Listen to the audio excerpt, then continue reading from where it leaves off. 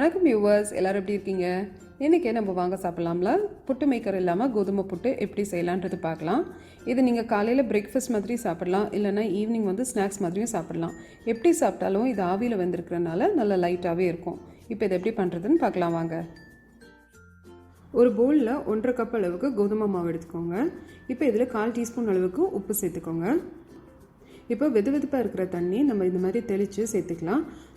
தண்ணி வந்து 1 இல்லை 2 டேபிள் ஸ்பூனுக்கு மேலே தெளிக்காதீங்க. தண்ணி அதிகமாகிடுச்சுன்னா கோதுமை வந்து பெரிய பெரிய கட்டிகள் ஆகிடும்.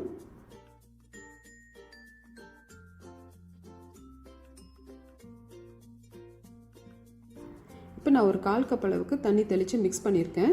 இந்த கோதுமை கட்டிகள் வந்து கொஞ்சம் பெருசு பெருசாக இருந்ததுன்னா பிரச்சனை இல்லை, நம்ம வந்து மிக்சியில் போட்டு இதை அடிக்க தான் போகிறோம். இப்போ இந்த கோதுமையை வந்து ஒரு மிக்சி ஜாருக்கு மாற்றிடுங்க. நான் வந்து சாப்பர் யூஸ் பண்ணுறேன், ஆனால் மிக்சி ஜார்லேயும் பண்ணலாம்.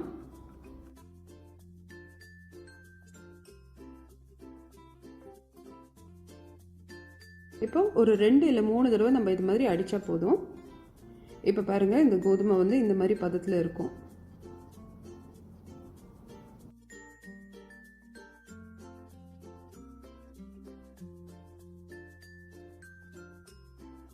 இப்போ பாருங்கள், நம்ம அரிசி புட்டு செய்யும்போது எப்படி இருக்குமோ அதே மாதிரி கோதுமையோட பதம் இருக்குது.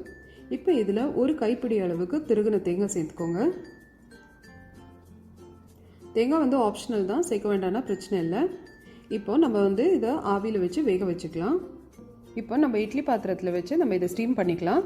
நான் உள்ளே வந்து ஒரு ஸ்டீமர் பிளேட் வச்சுருக்கேன். அப்படி உங்ககிட்ட பிளேட் இல்லைன்னா நீங்கள் வந்து இட்லி தட்டில் வச்சு கூட இதை செஞ்சுக்கலாம். இப்போ இதுக்குள்ளே ஒரு துணி விரிச்சுக்கலாம். துணி வந்து கொஞ்சம் ஈரமாக இருக்கணும்.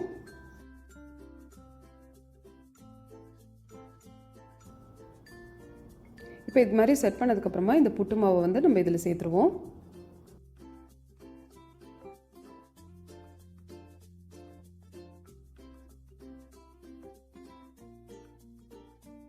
சேர்த்துட்டு இந்த துணியை வச்சு அப்படியே மூடி வச்சுருங்க.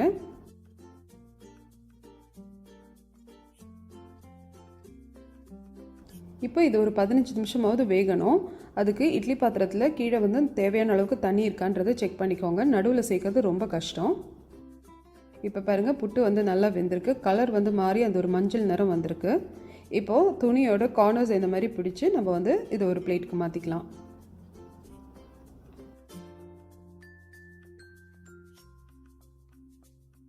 இப்போ பாருங்கள், துணியில் வந்து சுத்தமாக அந்த புட்டு ஒட்டவே இல்லை.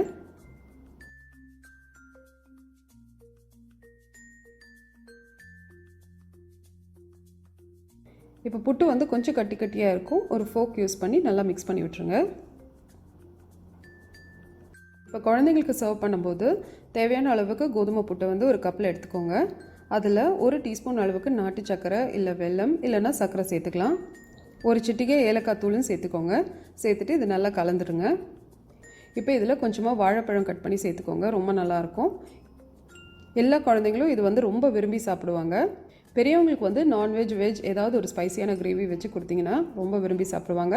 ஸோ நீங்களும் கண்டிப்பாக இதை ட்ரை பண்ணி பார்த்து உங்கள் ரிவ்யூஸ் அண்ட் கமெண்ட்ஸ் சொல்லுங்கள். வாங்க சாப்பிடலாம்.